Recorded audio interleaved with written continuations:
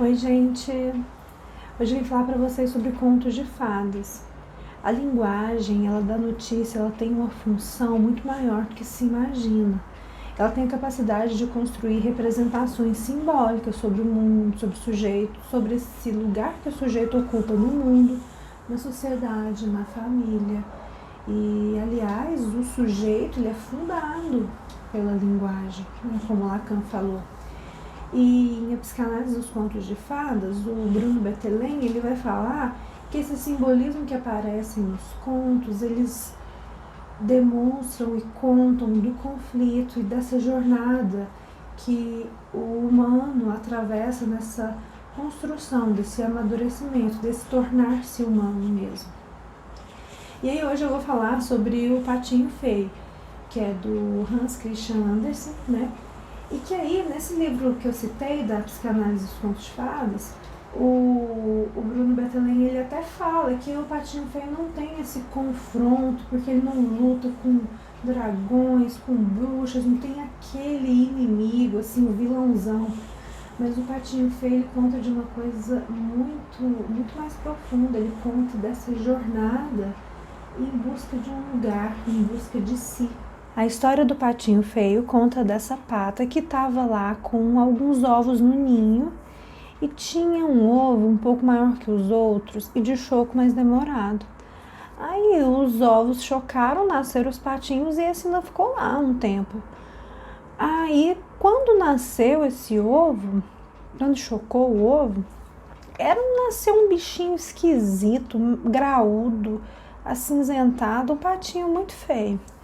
Todo mundo lá na quina fazia piada e maltratava esse patinho. Os irmãos dele falavam que ele era muito feio, muito desengonçado. E aí, por fim, até a própria mãe dele começou a rejeitá-lo.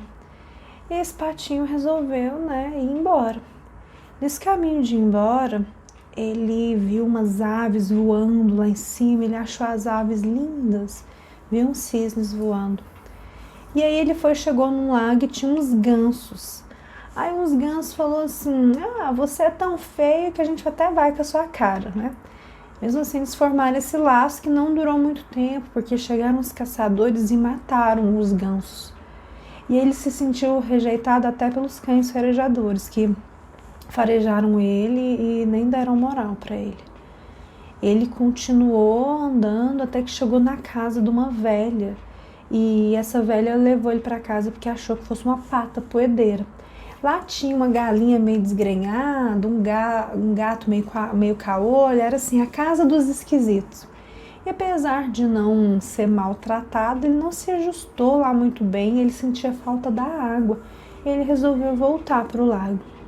Aí o inverno chegou. E aí ele nadando lá, ele acabou por congelar e estava quase morrendo, mas aí chegou esse caçador e levou ele para casa. Chegando lá, as crianças, filhas do caçador, queriam brincar com ele, mas ele estava tão acostumado a ser rejeitado e ser maltratado que ele não conseguiu entender que aquilo era brincadeira. Ele ficou super assustado e saiu fazendo uma bagunça e caiu na farinha, caiu no leite, fez uma bagunça. A esposa dele deu um grito e ele resolveu ir embora. Aí passou um tempo e ele sempre sozinho. Quando a primavera voltou, ele viu aquelas aves lindas que ele tinha visto. Eram cisnes chegando. Ele ficou se sentindo inibido porque ele estava preparado para ser maltratado. E aí ele olhou para baixo. Quando ele olhou, viu o reflexo dele, ele viu que ele tinha se transformado num daqueles belos cisnes. E aí, o que a história do patinho conta para nós? Quando a gente nasce, o nosso nome é escolhido pelo outro, os nossos pertences, toda a nossa chegada, ela é planejada, antecipada e esperada por esse outro. Então nós estamos inscritos no desejo do outro, ainda que esse desejo seja um não desejo. Então, tem todo lá as questões, quando uma criança chega, da sobrevivência dela biológica. Essa criança precisa comer, essa criança precisa ser aquecida, só que também tem a necessidade de inscrever essa criança numa vida subjetiva pela via dessa adoção simbólica que se faz pelo desejo dos pais. Isso começa com um nome, né? E aí a história do patinho feio, ela mexe com dois imaginários, assim, em duas direções. Com o imaginário da criança que se vê não querida. Será que o meu pai me quis? Será que minha mãe me quis? Será que eu nasci nessa família mesmo? Será que eu sou adotado? Inclusive é uma brincadeira muito comum e cruel entre irmãos falar pro irmão: ah, você foi adotado, minha mãe te achou no lixo. Ah, isso aí é uma coisa que é muito comum, porque pega ali naquele imaginário de rejeição e de não pertencimento que mora ali naquela criança. E também no imaginário dos pais que não receberam aquele bebê idealizado.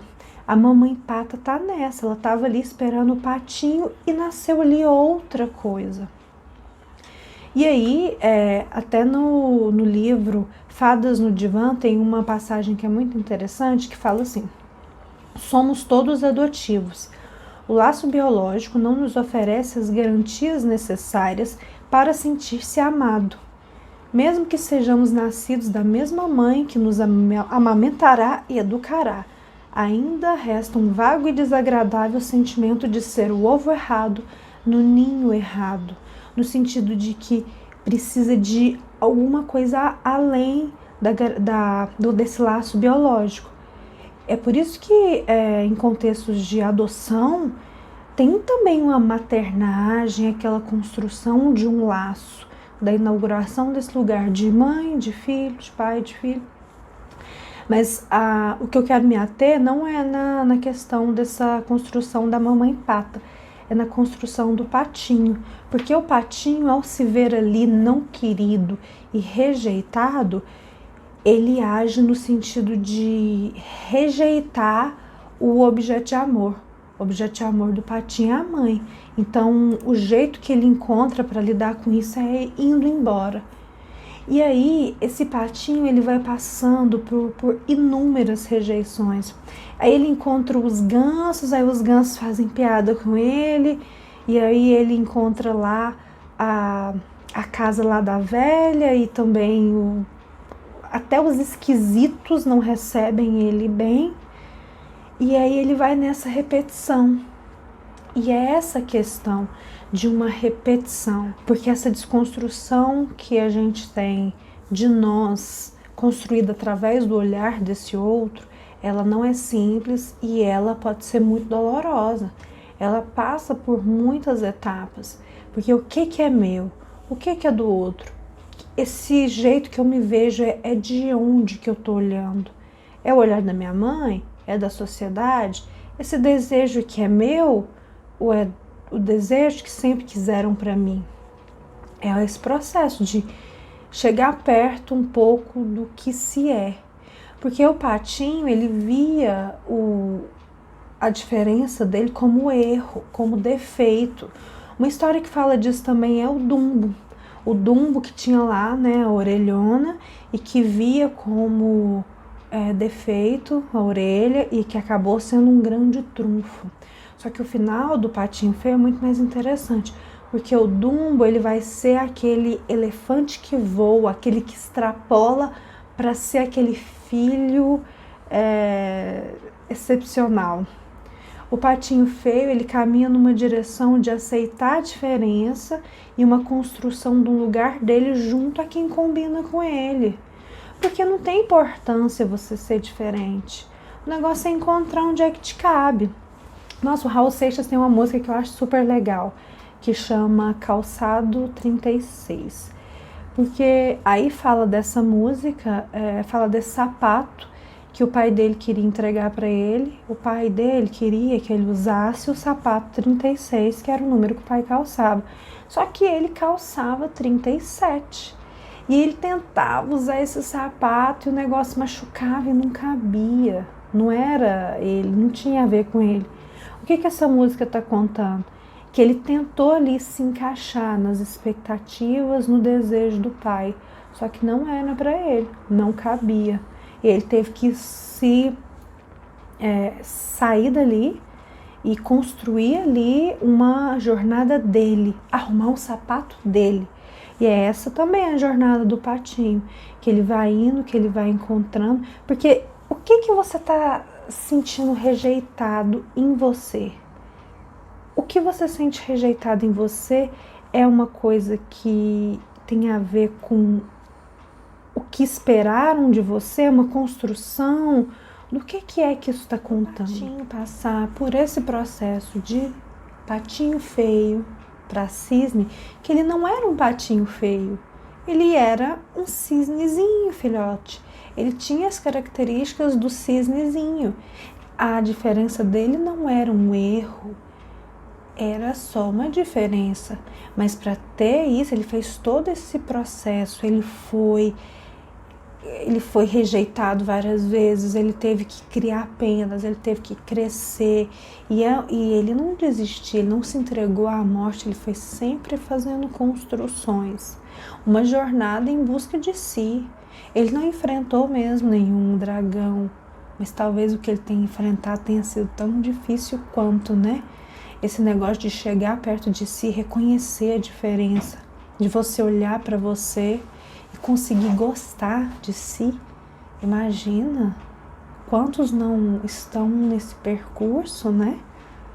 A jornada do patinho conta desse sentimento de rejeição e de um desejo interno, de uma jornada dele de descobrir onde é que ele cabe, do que ele gosta, onde é que ele combina, e para isso ele vai deixando coisas para trás. Lá na casa da velha, ele não estava sendo maltratado, mas também não combinou ali, não gostou. E nós vamos vivendo essas coisas. Você vai chegando perto de algumas coisas, algumas questões, e você fala, nossa, eu sempre gostei disso, eu sempre fui assim e não sabia.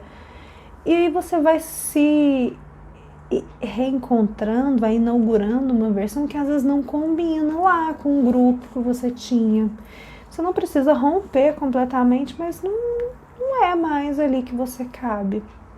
E aí você vai andando numa direção de sustentar a sua diferença.